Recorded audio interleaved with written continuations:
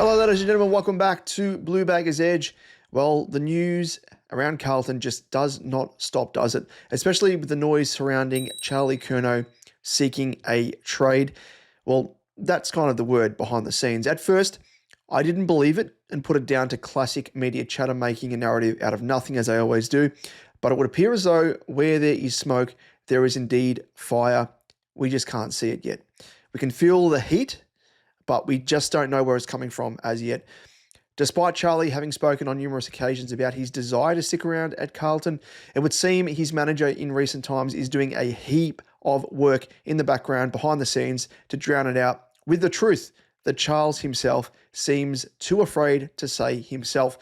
Now, the latest that has been reported today and yesterday as well was a myriad of different reports adding layers to this story. First up, we had Sam Edmund tweeting that in comments here, as discussed on SEN Sports Day, Charlie Curnow is willing to take a pay cut in a bid to engineer a trade away from Carlton, particularly if it was to Geelong. The forward has left for an overseas holiday and there is lots to play out, but it's known he would adjust the remainder of his 4-year deal to fit at a rival club. Then we had Mitch Cleary tweeting, Charlie Curnow met with Sydney coach Dean Cox about a potential trade before departing for the USA on holiday. So again, next level. And then lastly, we had Caroline Wilson reporting on the agenda setters that Curnow doesn't get on with Michael Voss and doesn't want to play under him anymore, and prepared to play for less money, similar to what Sam Edmund said, prepared to play for less money in order to head to another club with the Cats, Swans and the Suns head in the list. Caro even used the words desperate to get out of the club, which is a very, very strong use of language there, desperate. So, I mean, if there is a breakdown in, I guess, relationship with Michael Voss, which is something I've spoken about as a prospect in past videos, citing, of course, during Voss's time at Brisbane, there was reports of Brisbane players potentially looking to depart the Lions if Voss was to stay on as senior coach, which luckily at that stage, Vossi was moved on. And, of course, none of that came to pass, but that was the strong whisper. There were, of course, reports in the media during that time.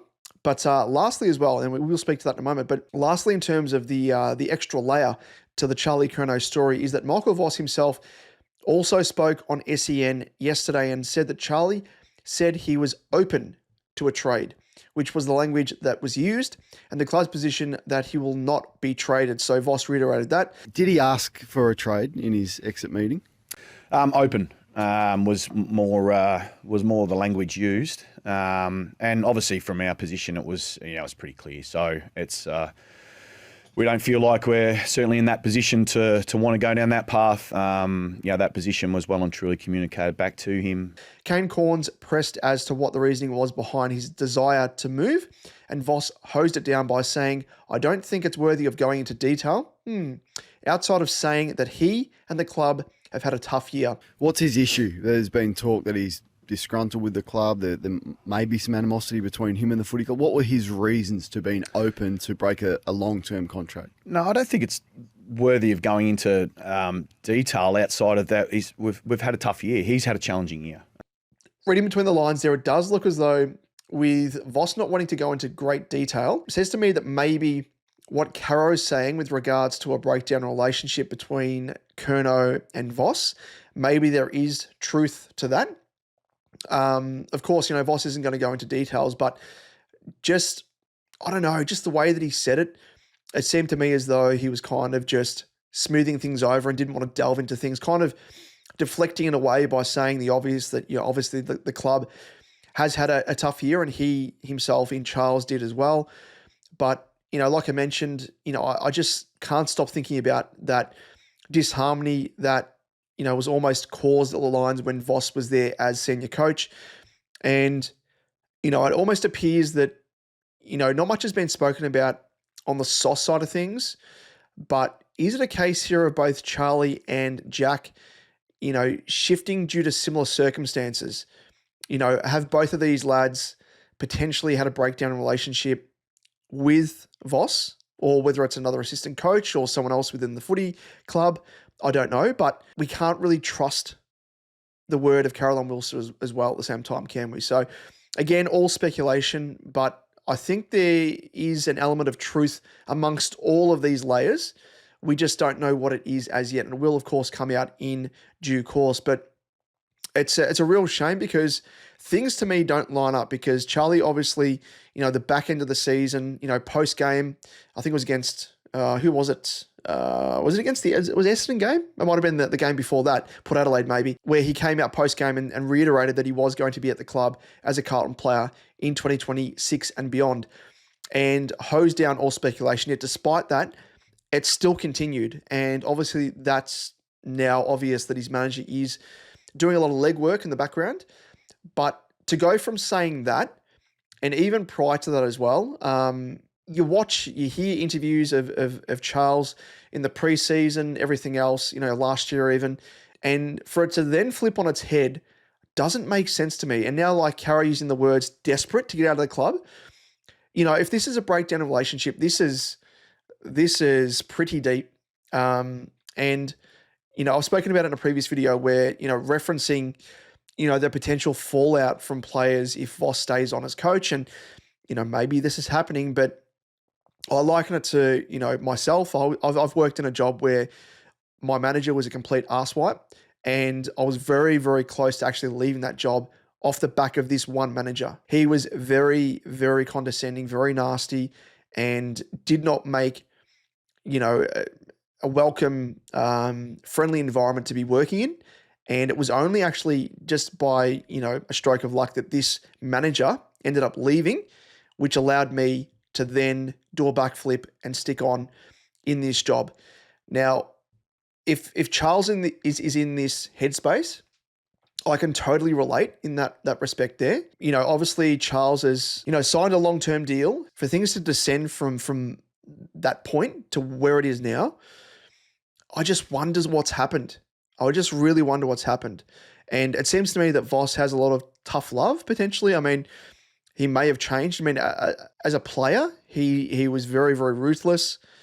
Has he changed his ways? Has he softened? Maybe. I don't know. But is it an attitudinal thing with Charlie? Is it a case of, on both sides of the fence, that, Voss potentially isn't going about things the right way in terms of, new age way of coaching? You can't have one style, old school Dennis Pagan, Mick Malthouse, in terms of just delivering negative reinforcement. You have to really know when to dish out the positive reinforcement depending on the personality of players. Is that a case here where it's gone down the wrong way? And is it also a case of Charlie potentially not taking on feedback well enough? Is it a case of that as well? Being pragmatic about things, I think it might be a bit from column A, a bit from column B. But we just don't know. We just won't know until the truth actually comes out. Now, either way, I think, just speaking about it from my perspective as a supporter, I'm pretty annoyed at the way that this has played out. And I'm sure many of you out there feel the exact same way. It reminds me so much of Petrarca last season when his manager was obviously leaking, the true intentions of him wanting to leave, leaking that to the media. But the key difference is Petrarca didn't come out and say anything to the contrary to that. He stayed relatively silent until the trades couldn't get done and it became obvious, and Petrarca came out and said, look, I'm going to stick around. But he wasn't on the front foot like Charlie is. And, Charlie's been one of my favourite players. I will say that hands down, alongside Walshy and Harry. And honestly, I think I'm now at the point where it feels as though Charlie has almost gaslit us in a sense.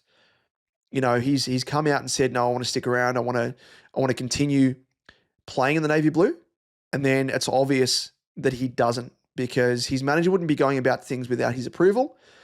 And this same manager as well is the same manager of Christian Petrarca, as it turns out.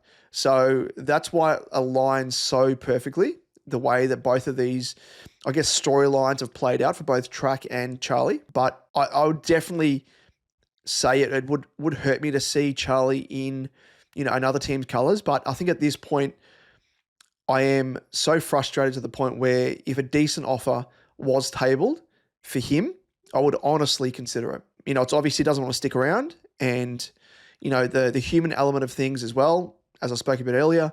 If you're not getting along, if you're not playing under someone that inspires you, gets the best out of you, then I think it's probably in your best interest personally, but also the best interest of whether it be the organization or the club in this case that you're at, to part ways. So that's kind of my read on it now. That's kind of my shift in mentality. The other thing we're going to look at as well from an objective point of view is the fact that Charlie will be 29 years old next season. And that's 2 years older than when Jeremy Cameron was traded from the Giants to the Cats. And Jezza, of course, has spent 5 seasons since then at Geelong.